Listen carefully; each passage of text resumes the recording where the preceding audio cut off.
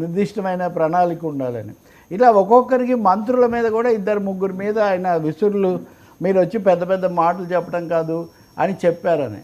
దీంతోపాటు గీతోపదేశం అనండి, తారక మంత్రం అనండి, చంద్రమంత్రం అనండి, పెద్ద మాట కూడా చెప్పారు. మేము ఇవన్నీ చేస్తాం, నేను ప్రత్యేకంగా చేస్తాను. నేను చేసేది అప్పటికప్పుడు అర్థం కాదు, చాలామంది తప్పు పడతారు, కానీ తర్వాత తెలుస్తుంది. ఉదాహరణ కూనం నేను సాంబశివరావు నాయనకి ఇప్పుడు జ్ఞానోదయం అయింది. ఏమని? చంద్రబాబు నాయుడు అప్పుడు టూరిజమే చాలా ముఖ్యం, ఏయిజం లేదు టూరిజం అని ఆయన చెప్తే మాకు అర్థం కాలేదు, కానీ ఇప్పుడు దాని సంగతి తెలుస్తుందని. మరి కూనం లేని వారికి ఎందుకు అంత నచ్చిందో నాకు తెలియదు. టూరిజం వద్దని ఎవరన్నారు? అసలు వరంగల్ ఏకశిల నగరం చూడొద్దన్నారా? విశాఖపట్నంలో బీచ్ చూడొద్దన్నారా? లేపాక్షి చూడొద్దన్నారా? ఏది ఎవరు చూడొద్దు అనలేదు నిజానికి. ఓకే, టూరిజం అనేది ఇప్పుడు దాని గొప్పతనం తెలిసిందంటే చంద్రబాబు నాయుడు మళ్ళీ కలెక్టర్ల సమావేశంలో చూసారా తెలంగాణ శాసనసభలో, నేను ఏయిజం లేదు టూరిజం కమ్యూనిజం లేదంటే అప్పుడు కమ్యూనిస్ట్ నాయకులకు అర్థం కాలేదు, ఇప్పుడు జ్ఞానోదయం అయిందని ఒక విజయ గర్వంతో, అంటే విజయోత్సాహంతో ఆయన ప్రకటన చేశారు. నిజానికి టూరిజంతోనే బతికే రాష్ట్రాలు, కాశ్మీర్ ఉదాహరణకు టూరిజం మీదే. ఆ తర్వాత టెర్రరిజం కూడా వచ్చింది, టెర్రరిజం టూరిజం కలిసి కాశ్మీర్ ఏమైందో మీరు కూడా వెళ్తారు కదా. మనం టూరిస్ట్ ప్లేసుల్లో ఎంతవరకు అభివృద్ధి చెందుతాయో అందరికీ తెలుసు. టూరిజం అదనంగా తోడవుతుంది, వాల్యూ అడిషన్ అవుతుంది. సరే, ఆ విషయం పక్కన పెడదాం.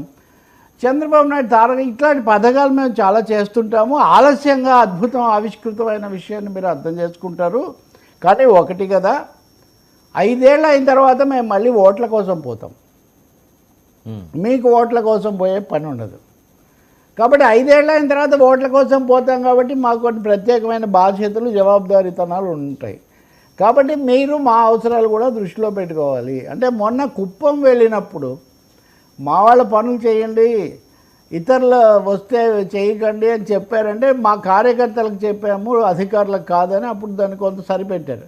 వైసీపీ వాళ్ళతో పరోక్షంగా ప్రత్యక్షంగా ఎవరు సంబంధం పెట్టుకున్నా మేము దాన్ని చూసుకుంటామని. కానీ అంతకుముందు 2014-19 మధ్య విజయవాడ కలెక్టర్ కార్యాలయంలో జరిగినప్పుడు, సబ్ కలెక్టర్ కార్యాలయంలో, అప్పుడు మీరు వాళ్ళని కూడా చూడాలి, అధికార బాధ్యత అంతా మాది అని సూటిగానే చెప్పారు. నిన్న కూడా దాన్నే ఇంకో క్లాస్లో భాగంగా గీతోపదేశం ఏంటంటే, మేము 5 ఏళ్ళకి మళ్ళీ ఎన్నికలకు వెళ్తాం కాబట్టి మళ్ళీ మాకు ఓటు పడే విధంగా మీరు చూడాలంటే మా పనులు ఇవన్నీ కూడా మీరు జాగ్రత్తగా చేయాల్సి ఉంటుంది. తప్పులు ఏమన్నా ఉంటే మీరు చేయకండి కానీ చేయండి అని. కాబట్టి చెప్పాల్సినవన్నీ.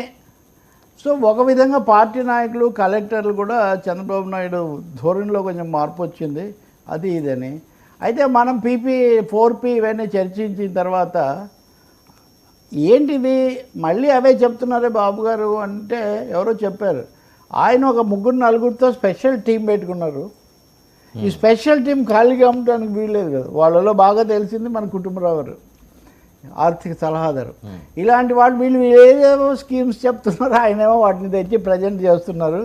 వీటిని రాజకీయంగా కూడా ఎలా చేయటం అనేది కూడా ఒకటి వస్తుంది అంటున్నారు. కాబట్టి కలెక్టర్ల సమావేశం ఖచ్చితంగా చంద్రబాబులో ఒక మార్పును, అలాగే వెంటనే మనం ఏదో చేయకపోతే ప్రజల్లో నమ్మకం నిలబెట్టుకోవటం, 5 ఏళ్ల తర్వాత ఓటు అడగటం. మీరు 5 ఏళ్ల తర్వాత సంగతి 2029, మీరు నిన్న హెడ్డింగ్ కూడా పెట్టారు, 2029 పైన చంద్రబాబు దృష్టి అని. అదే మళ్ళీ ముగింపులో అదే, ప్రారంభంలో అదే. ఇంకా కూనలేని వారు ఏం చెప్తారో మనం చూడాలి. సార్, ఈ పోలవరంలో సీఎం చంద్రబాబు నాయుడు గారి పర్యటన నిర్వాసితులను చూస్తుంటే బాధేస్తుంది. 10 లక్షల చొప్పున ఇస్తామని హామీ ఇచ్చారా కానీ పట్టించుకోలేదు. 2019లో టీడీపీ కొనసాగి ఉంటే 2020లోనే పోలవరం పూర్తయ్యేదండి. సరే, ఇప్పుడు ఎలా ఉందంటే చంద్రబాబు నాయుడు గారు పోలవరం ఏపీ అన్నారు కదా, A for Amaravati, P for Polavaram అని. మంచిది, వెళ్ళాల్సిందే. కానీ అందరూ గజయితగాళ్ళే, కానీ ఈదింది మటుకు గజం కూడా లేదని. 5 ఏళ్ళు చంద్రబాబు గారు, 5 ఏళ్ళు జగన్మోహన్ రెడ్డి గారు తోచిన వాగ్దానాలు ఇవన్నీ కూడా చేశారు. చివరకు మనకు కనిపిస్తున్న కఠోర సత్యం ఏంటంటే అక్కడ డ్యామేజ్ జరిగి ఆలస్యం అవటమే ప్రజాకి సూటిగా మనకు కనిపిస్తున్నటువంటి విషయం. వాల్ అదే కదా. కాబట్టి పునరావాసం అనేది ఏమైంది? ఉదాహరణకు ఇప్పటికి కూడా 22% పునరావాసం పూర్తయింది. కానీ ప్రాజెక్టుకు సంబంధించిన సివిల్ వర్క్స్ 76% పూర్తయినాయి. ఓకే, 76% ఏమో ప్రాజెక్టు పనులు పూర్తి చేస్తారు. పునరావాసము, ప్రజలు, ఇళ్ళు వాళ్ళ వసతులు అదేమో మీరు అంత తక్కువ కల్పిస్తారు. చంద్రబాబు నాయుడు ఈరోజు మాట్లాడారు, దాంతోపాటు ప్రజలతో కూడా మాట్లాడింపజేశారు. అందులో కొంతమంది అత్యుత్సాహవంతులు బాబు గారు అన్నీ మీరు వచ్చాక జరుగుతున్నాయని. సహజమే కదా, జగన్ ఉంటే చెప్తారు, బాబు ఉంటే చెప్తారు. ఆయన చెప్పారు. చెప్తూ చివరిలో ఆయన సరే సహజంగా గత ప్రభుత్వం మీద విమర్శ అదంతా చేసిన తర్వాత వీలైతే ప్రాజెక్టు పూర్తయ్యే లోపల పునరావాసం కూడా పూర్తి చేస్తామన్నారు. ఇది చాలా ఆందోళన కలిగిస్తుంది. వీలైతే ఏంటి, అసలు సుప్రీంకోర్టు గైడ్ లైన్స్ ప్రకారం ముందు ఆర్ఆర్ ప్యాకేజ్ ఆర్ఎన్ఆర్ రిహాబిలిటేషను అది చేసిన తర్వాత మీరు చేయాలి తప్ప దాని బదులు వీలైతే చేస్తారని చెప్పడం. రెండవది దీనికి కనీసం 12,000 కోట్లు కావాలి, ఆయనే చెప్పారు. అవును, మరి 12,000 కోట్లు ఎవరిచ్చారు? కేంద్రం దాని గురించి మాట్లాడలేదు. కేంద్రం మీద నెత్తి మీద పడే బదులు జగన్ ప్రభుత్వం ఉండొచ్చు, అంతకుముందు మీరు ఉండొచ్చు, కానీ జరగలేదే.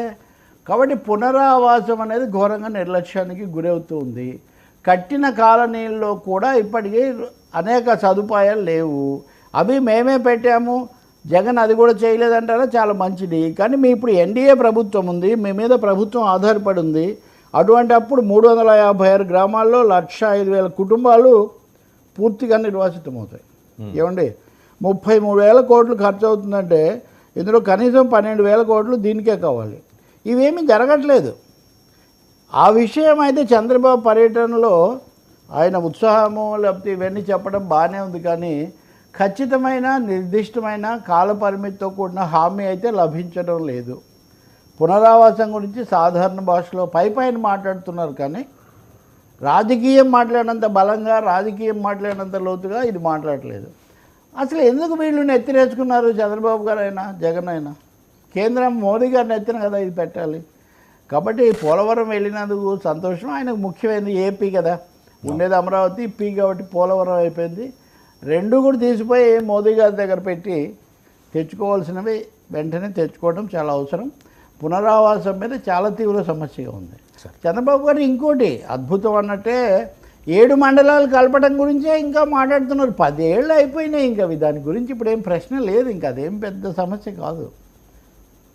అలాంటి పట్టుదల ఇప్పుడు కూడా పట్టండి. 7 మండలాల్లాగా 7 కోట్లు 7,000 కోట్లు 7,000 కోట్లు ఇవ్వాలని మీరు అదే పట్టుదల పట్టండి అని అడగాలి మనం. సరే, ఏంటి కడప జడ్పీ చైర్మన్ పీఠం వైసీపీ కైవసం, జడ్పీ చైర్మన్గా ఎన్నిక కూడా జరిగిపోయింది. కూటమి ఎందుకు పాల్గొనలేదు? ఈ టైంలో జడ్పీ చైర్మన్లు అవనివ్వండి, మున్సిపల్ కార్పొరేషన్లు అవనివ్వండి, ఇది ఇంకా వైసీపీ కైవసం చేసుకోవడంలో రాజకీయం ఏంటి? కడప పరిస్థితి కొంచెం భిన్నం కదా. అది ఆయన పేరు ఇప్పుడు చైర్మన్ వీళ్ళ రామగోవిందరెడ్డి అయ్యాడు. కడపలో 50 ఉంటే 50 జడ్పీటీసీలు ఉంటే అందులో 49 వైసీపీ. ఒకే ఒకటి గోపవరం అన్న ఒకదాని మటుకు ఐ థింక్ జయరామరెడ్డి అనే ఒక్క తెలుగుదేశం ఆయన ఒక ఆయనే ఉన్నాడు. కాబట్టి కడపలో మనం ఇంకా కొన్ని చోట్ల ప్రయత్నం కూడా చేశారు, కానీ ఇక్కడ కుదరదులేని ముందే మానేశారు. మేము పోటీ చేయడం లేదని జిల్లా తెలుగుదేశం అధ్యక్షుడు శ్రీనివాసులరెడ్డి, శ్రీనివాసులరెడ్డి తెలుసు కదా, కడప రెడ్డి ఆయన ప్రకటించాడు. కానీ